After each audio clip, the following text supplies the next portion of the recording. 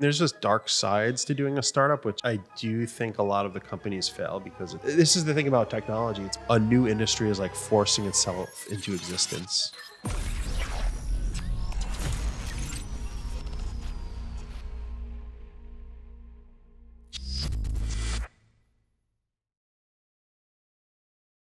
Hello, and welcome to another episode of the Accelerometer. I'm Dr. Matthew Mirman, CEO and founder of Anarchy. Today, we're going to be discussing AI and FinTech with Daniel Kivatinos, the co-founder and CEO of JustPaid, an AI billing platform. Daniel, can you tell us a little bit more about your work? Sure. So just to start off, I think one thing that we're working on is honestly trying to solve a problem that's happening in finance today. So I think a lot of companies say they're fiduciarily responsible and they understand their finances, but a lot of them actually don't. And the public companies I think are a different beast because they're required by law to follow stringent guidelines, imposed by the government, which rightfully protects public shareholders that are buying shares in these companies.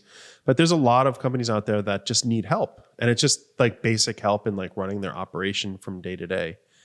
And what we're trying to accomplish is really give tools that can allow founders, executives, team members to understand what's happening in their company very quickly. How exactly are you using AI for that? Yeah, so I think there's different parts to our business. One, we're trying to tackle things in a really broad way. Think of it as, there's different ways to tackle like building a startup. One way to like build a startup is to build a really unique, I would call it like tool in itself that just does one thing. We're really tackling quite a bit. One, we're trying to understand and build a better money movement experience. So say you want to move money from point A to point B, we're tackling the interfaces for that. That's one piece of our business. And we're basically taking on the bill payment side and the bill collection side. So think of those as like our two primary things. And just in that, there's a lot of data around what's happening, right? So in having the ability to move the money from point A to point B, you gather certain insights over time. And a lot of the time you hire people like either accountants or staff members or collections teams or a CFO or a controller, or even like people that were not trained to do some of this stuff. You have like VPs like that have to manage their own budgets.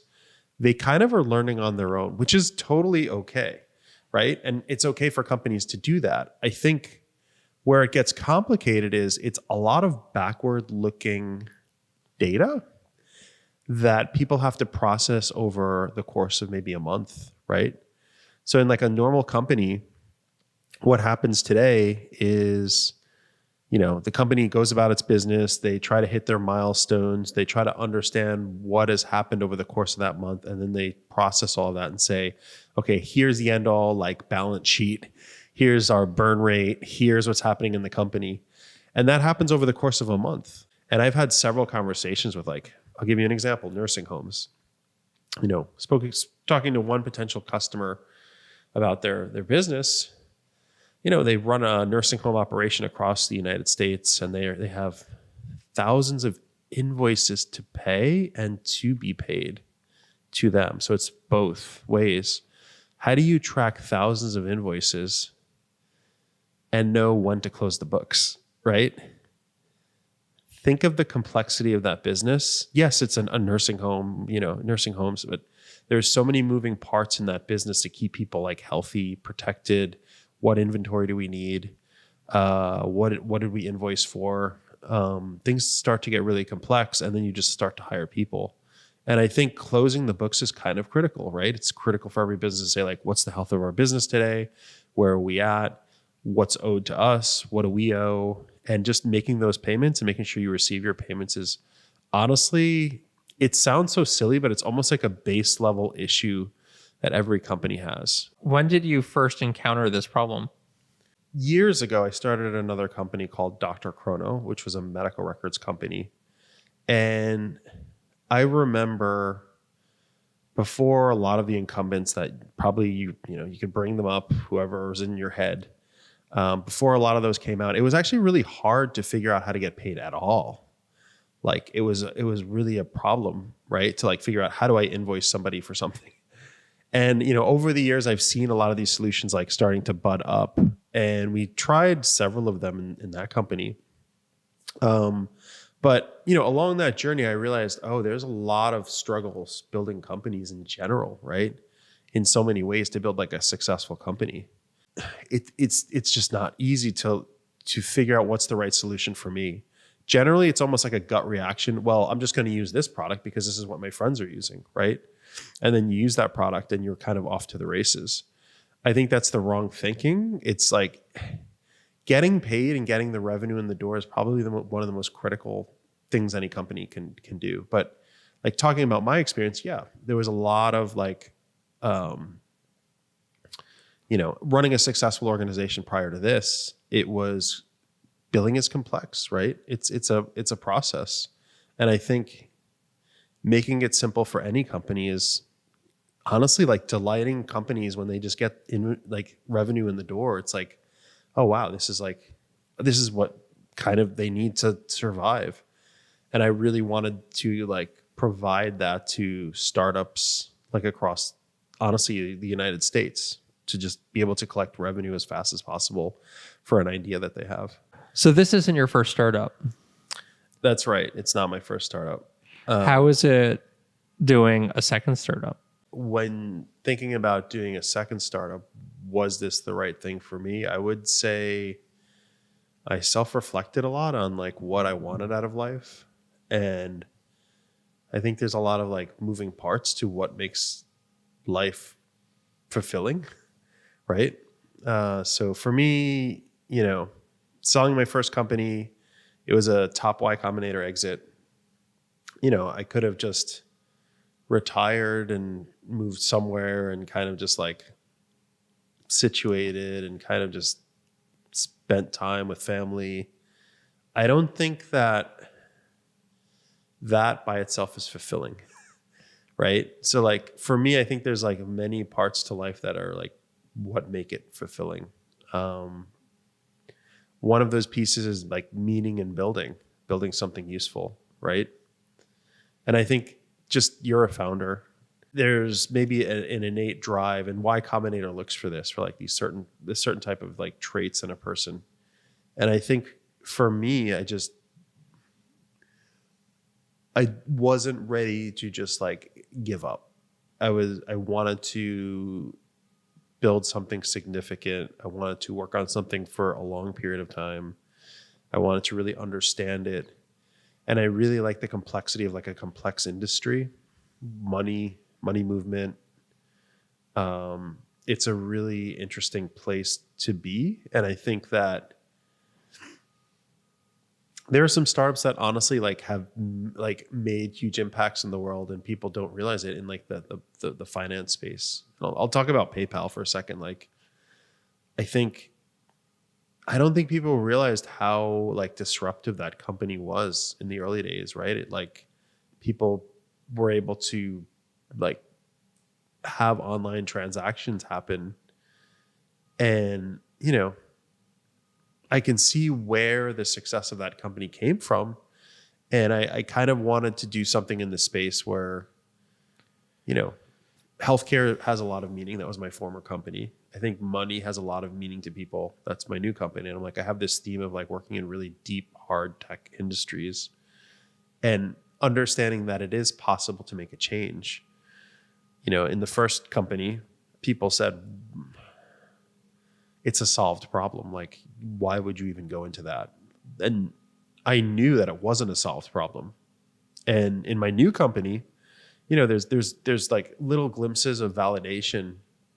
And I'll just talk about like one like glimpse of validation is there's this video of Steve Jobs online where he talks about how at Apple, they the team itself didn't understand the finances, and it created issues. But they were telling him, well, that's the way it is. You build these products, and you don't really know what you're spending, and you have to live with that, Steve. And he was talking about, like, I don't want to live with that. That doesn't make sense to me. Like, when we buy, when we're building products and selling them, we have to understand each piece of it. But and literally it was a really interesting talk where he just spoke about things can actually work the way that they should, and you shouldn't just accept the way that they are. And I think that's where, like, I wanted to work on this problem this time. And you kind of, for me, I take it day by day in a startup. Like, I think there's a lot of people that think that they can make a quick buck in, like, the startup world. I don't think it's that way. I think it's, you build companies over time, and then significant impact happens over time. So I am going into it with the same mindset of my first company, which is it will take time to build that impact that we're looking for in this company. I see a lot of people, like, get into the startup space, and they kind of have this idea that it's like almost like being a rock star, right? You get, like, a leather jacket, you walk around, you can, like, build, like, super cool stuff, and, like, you're just successful out of the gate, and, like, it's like a fun, like, ride. I think it's more of a mental game than that, where, like, you're gonna have really dark days, and you're gonna have really great days. And I think this startup this time around, I know a lot more, but also I'm humble enough to know that the path is never an easy path, right? The large incumbents are going to fight, and they're going to not like if we make a big wave and a big change. And, I think that's just the way that the world works, right? If you start to, like, make a change and you start using AI, like, I get a lot of pushback on AI. It's maybe not safe for society. It's maybe not safe for the monetary system.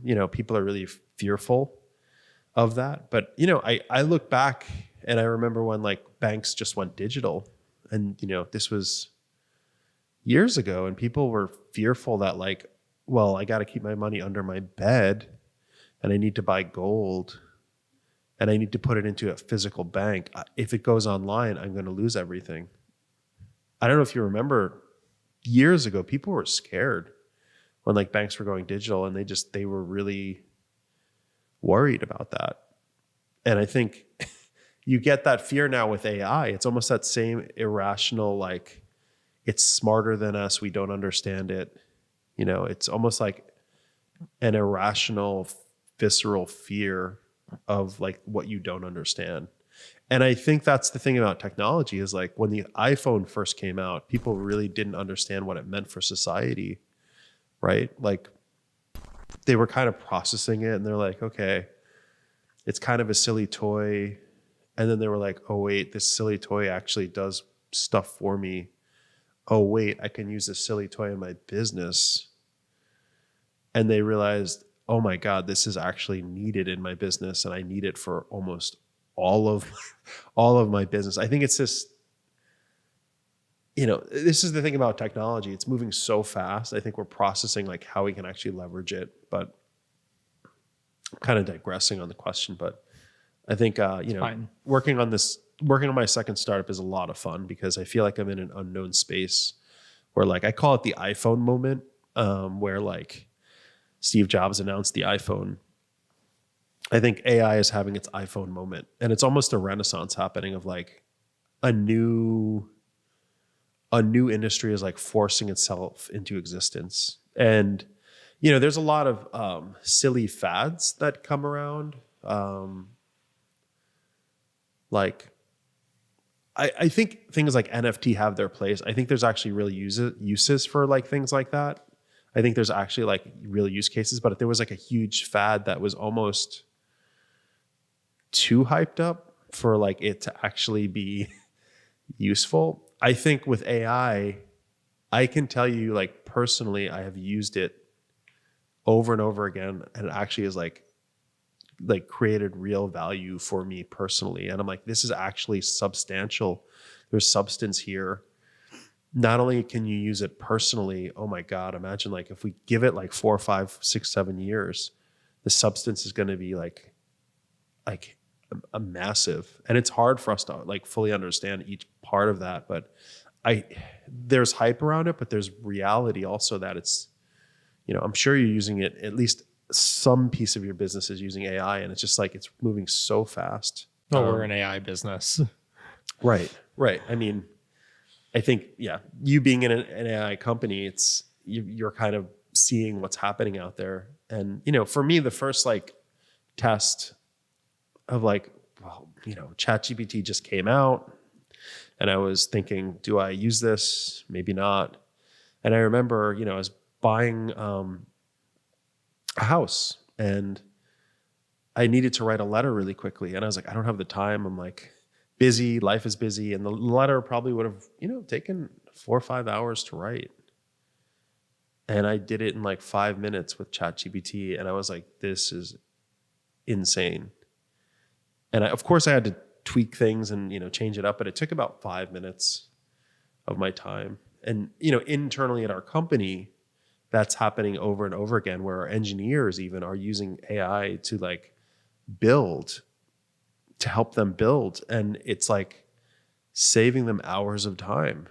And I'm really just, I'm seeing like the momentum. You have companies like Google, Microsoft, OpenAI. I mean, those are just a couple of, Anthropic, Perplexity. Like, these companies are pouring billions into this. And with billions of dollars going into an industry, change really does happen. Like, and I don't think the people at Apple understood how much the developers could help. They did understand how much the developers could help them, but they didn't understand how they would help them. Like Shazam. Do you think that Apple was thinking about Shazam? They were not thinking about that at all. They were building the iPhone, right? They were building this phone, and they're like, let's put the apps on that people can figure out how to do stuff that we couldn't even fathom. And then people started like, they'd hear music on their phone, and then it would just tell you the song. And it kind of took on a life of its own, where like, it wasn't just the iPhone, it was the iPhone and all of the developers. I think this industry is going that way, where you have all this infrastructure happening from companies like Microsoft, and Microsoft just gets it. And they're like, we need to move fast, pouring billions of dollars into the industry. And it's just like, people are adopting at such a fast rate. And I think it's not so negative in the sense that people are like, it's going to take over the world. It's really positive, where it's making people's lives a little bit better and more delightful, instead of like just sitting in an office writing something that they don't want to write. Yeah. So, I mean, for me, doing a second company, I'm really inspired by like all the technology that's out there, and that's just happening out there.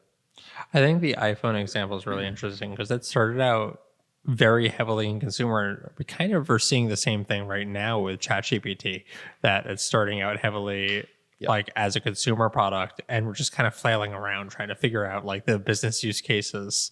So I guess, what do you think people are overlooking as a business use case right now? That people are coming up with so many good use cases, like mental health, right? Like allowing AI to help people that are lonely.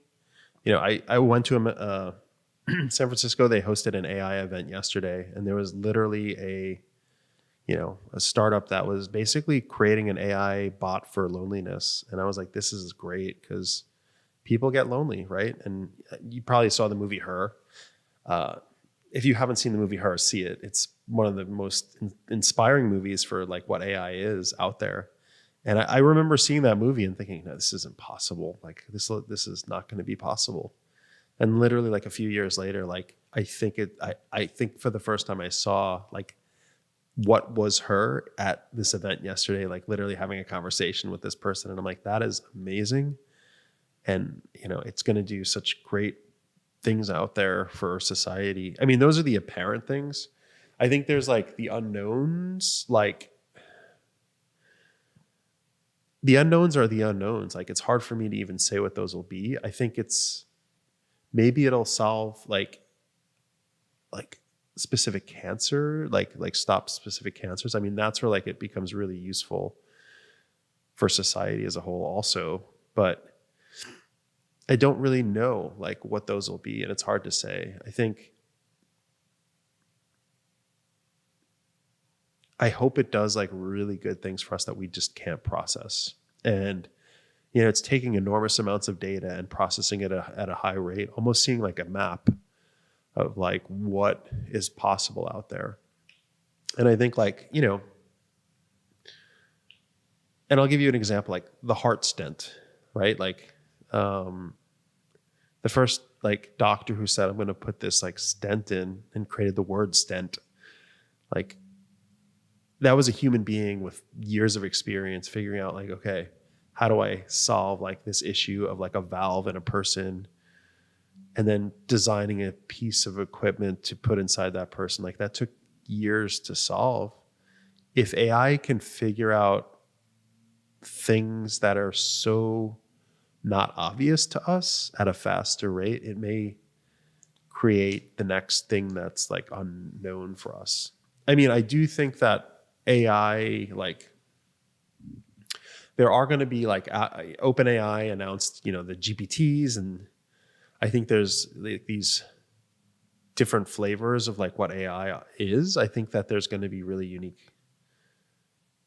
just flavors out there of AI, right? I mean, even your startup, right? Like what you're working on. I mean, I'm sure it's like very, very unique in its own way.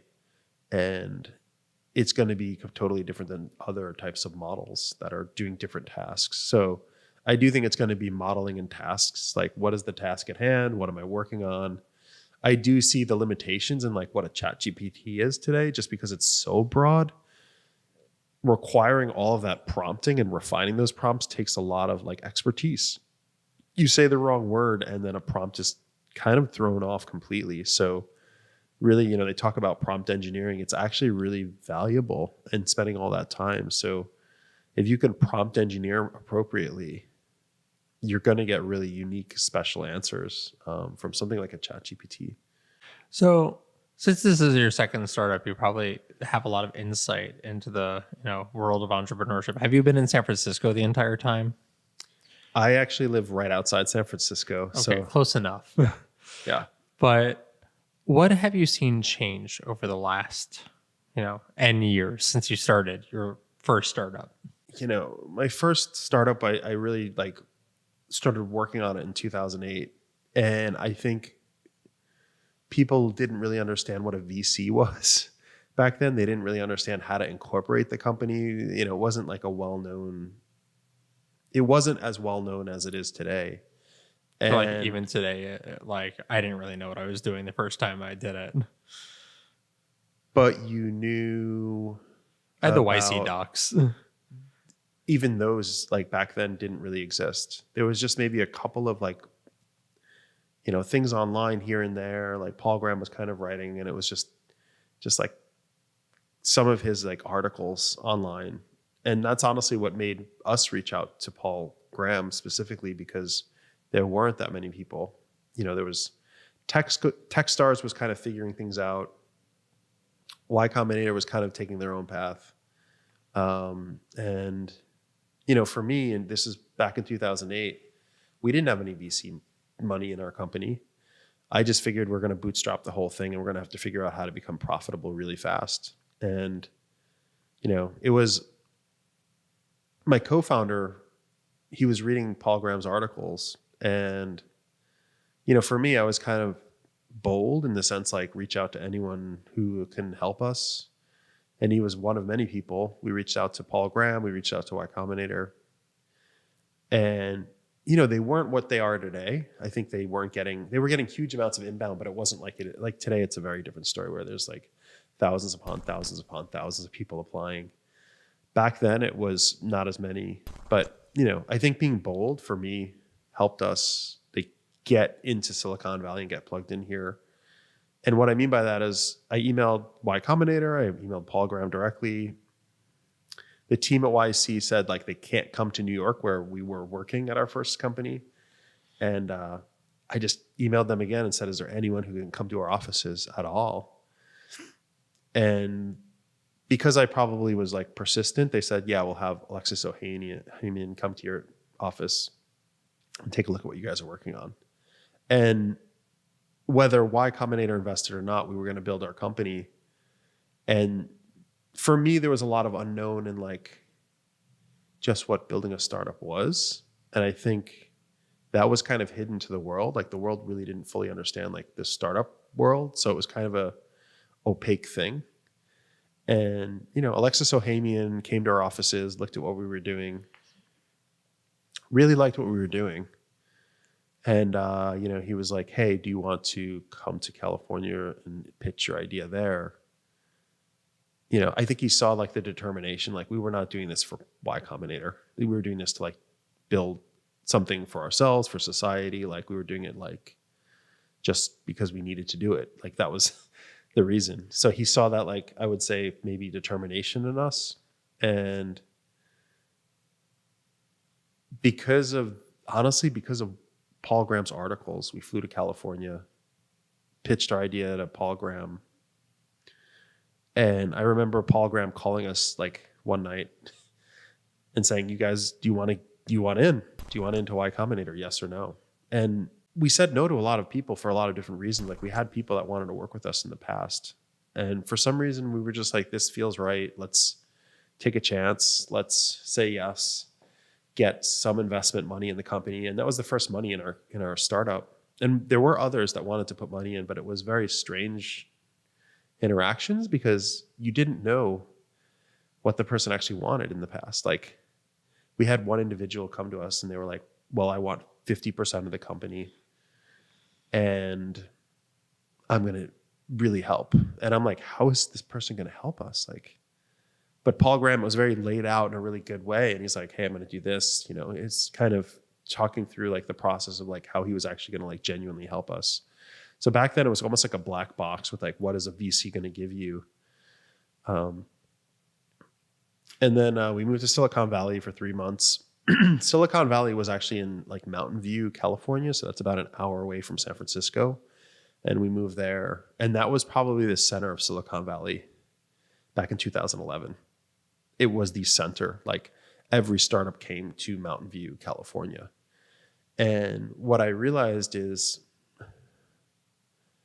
the center of gravity of like what a startup is in Silicon Valley moves around quite a bit.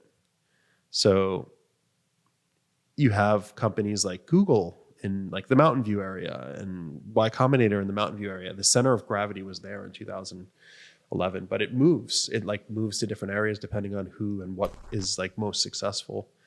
And I actually, over the course of those years, saw the center of gravity slowly move to San Francisco. And it was because of a lot of the startups were like hiring here. A lot of the talent was just starting to come here. And, you know, I kind of view it as, and this is very unique to Silicon Valley. I kind of view it as like stars exploding and then like rich investors like coming out of those stars. And what I mean by that is like you had Intel, right? It became hugely successful. And when the star explodes, it means like you just have a lot of angel investors that are just kind of sitting there. And they kind of understood the process of like what had happened in Intel. You know, then one of these people sees like an Apple and then invest in that company and gives them life and breath and air to like actually build it and scale it. And then like an Apple explodes and that star explodes and you have all of these like wealthy individuals. And then like the center of gravity is around that area for a little bit of time. And then like, you know, a Google comes around and then the center of gravity is there and then it explodes. You have all of these investors around there and they're very hyper aggressive in the good way. Like yesterday I spoke to one entrepreneur who said he had a coffee with someone in the city and they just wrote a check for him the next day for $100,000.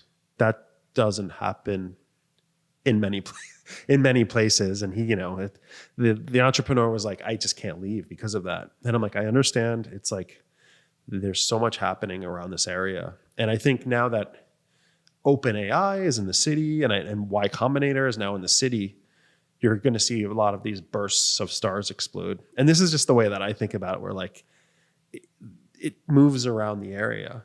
But I do think now, because of like the Facebooks, it became cool to like create a company. And because of that like factor of like, oh, tech is changing the world, a lot of people have their eye on it. And there's a lot of education, unlike before. I mean, even though you started your company and you're learning along the way, at least those documents are online and those YouTube videos are online and those courses are online. When we started in 2008, there was nothing. You couldn't find anything. So it was almost like you had to find a lawyer who had that secret sauce, who had knowledge and like, oh, this is how you should incorporate. It should be a Delaware C Corp. And I remember these arguments like with lawyers, like they're like, you shouldn't incorporate as a Delaware C Corp. Why would you do that? Like, why? And but we wanted investors. Like, but why would you do that? Like, you don't need to do that. That's expensive. These are the arguments you would have back in 2008 with like people that are sophisticated and understand this business. You know, I think now it's almost like there's a machine of like a knowledge out there and you can kind of just tap into one of them.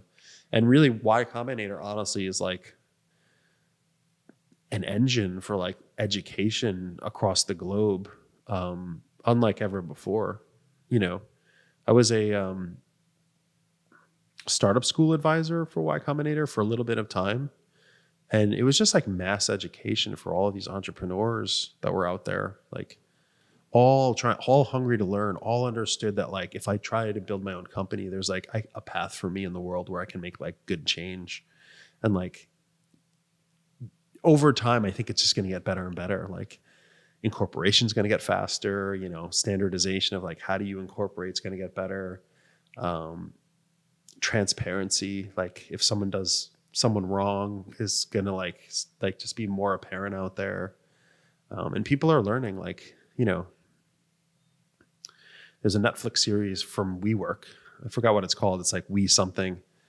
And, you know, that's one kind of like fun documentary-ish thing that like you can watch a lot of those on like, and be like, okay, that's the path of like this one founder. You know, I watched one on the Spotify founder, you know, you learn like just from all of these like these videos that are online. So I think it's getting better and better to like actually start companies. But I do think like there's a renaissance. Like I always look at like Italy, and I, you know, went to Italy in the past and I saw these like cathedrals, and I'm like, there's like a renaissance that happened at that time where it was the artwork was beautiful. Like you had like Caravaggio and Da Vinci and all these people like painting. I'm like, that is what Silicon Valley is today for tech. And I don't think people realize this is like a rare moment in time where like we are doing so much crazy stuff in Silicon Valley that like, and it's being really like valued. Like, you know, the church back then during that period, they were just investing in these huge, beautiful, like creations. And I'm like, that's what's happening now. And it's not easy. Like, I think this is something like society has to understand, like tech takes time, right? Do you think it's good that building a startup is now cool? I think so. I mean, I'll ask you this question. Like, what's the downside of like not having it be cool? I mean, I guess I would worry if it's very cool to build a startup that people are getting into it for the wrong reasons, and you know, people who aren't equipped for it are getting into it. Like for me personally, like I feel like I got into it because there really was no other choice. Like I tried working at companies, I tried academia, and really I just couldn't get myself to be motivated about doing anything else other than building a startup. But if it's cool, it could be that people are getting into it who are just like, yeah, it's cool. And, you know, something negative happens like a year and a half down the road, and, you know, they're unable to cope with that. I don't think it's for the faint of heart. I do think a lot of the companies fail because it's not for the faint of heart. Like I was reading really depressing statistics online where like 95% of startups fail. And then 15 years in, it's bad. It's like almost 100% failure for startups, right? At the 15-year mark. And I think it's, I mean, I feel like if your startup is around 15 years, then you're either one of like the 5 companies over that 15 years that become like a really top company, or you've been acquired and you don't exist anymore as a company, right? I mean, that's a really good point. I mean, there's just dark sides to doing a startup, which is like, don't take a salary sometimes. Like, and if you can't tolerate that pain, you tend to give up, and it's like a natural like process. So I feel the one dark side of it may be that it might like hurt people's mental stability, right? Of like doing a startup. But there's a natural like progression of like who actually can like handle that stress. But I mean, for me, I'm also like grateful. It's like, you don't really get many chances in life for this sort of thing. And, I kind of look at it in that perspective where I don't think other jobs are as, they're not easier, right? Like if you're working like a 9 to 5 at like a grueling 5-star Michelin restaurant, right? I don't think you're working 9 to 5. You're probably waking up at 4 a.m. to find like the right appropriate like fish to bring to the Michelin star restaurant. I think for me, I get excited by scale, and that's where like it works for me. But you're right. I do think it's not for the faint of heart, but the more people that are aware of it, the more Googles or Apples there might be in the world. They may have a chance to like create something before that, they might have not have done that at all. Like they may have just worked for someone else, and, an OpenAI may never have happened if there was no Y Combinator to educate like a Sam Altman, right? He may have just went and worked for, I don't know, a bigger company. So this is your second time going through Y Combinator. What made you apply again? Doing a startup the second time, I understood how hard it is and what a long journey it is. I think there are unknown value adds that Y Combinator brings to the table that people just can't process. And I see a lot of second-time founders who don't do Y Combinator and they are successful. And then other second-time founders that do Y Combinator, or that don't do Y Combinator, that are not successful. And I think for me, I wanted to create as much success as possible. I wanted to create a ratio of like chances of success as much as possible. And I felt like doing it a second time was an asset versus a liability. And, there are a lot of internal tools at Y Combinator for founders that founders don't talk about so publicly, that if you don't have those tools, you're at a disadvantage. Like whoever you are, you just have to work a little bit harder to like try to compensate for not having those tools. I think Y Combinator also gives you a psychological boost in a sense. I talk about this a lot where people that like go to the gym can just do push-ups at home, right? You can just like do sit-ups at home and push-ups at home. Why have a gym membership at all? I feel like when you go through like Y Combinator's program, they're kind of pushing you like beyond your limits quite a bit. And I really enjoy that, like with their team there. I mean, working with the people I have, like Tom Bloomfield created $2 billion companies. Nicholas created $1 billion company. Like these guys are not dumb. They know what they're doing.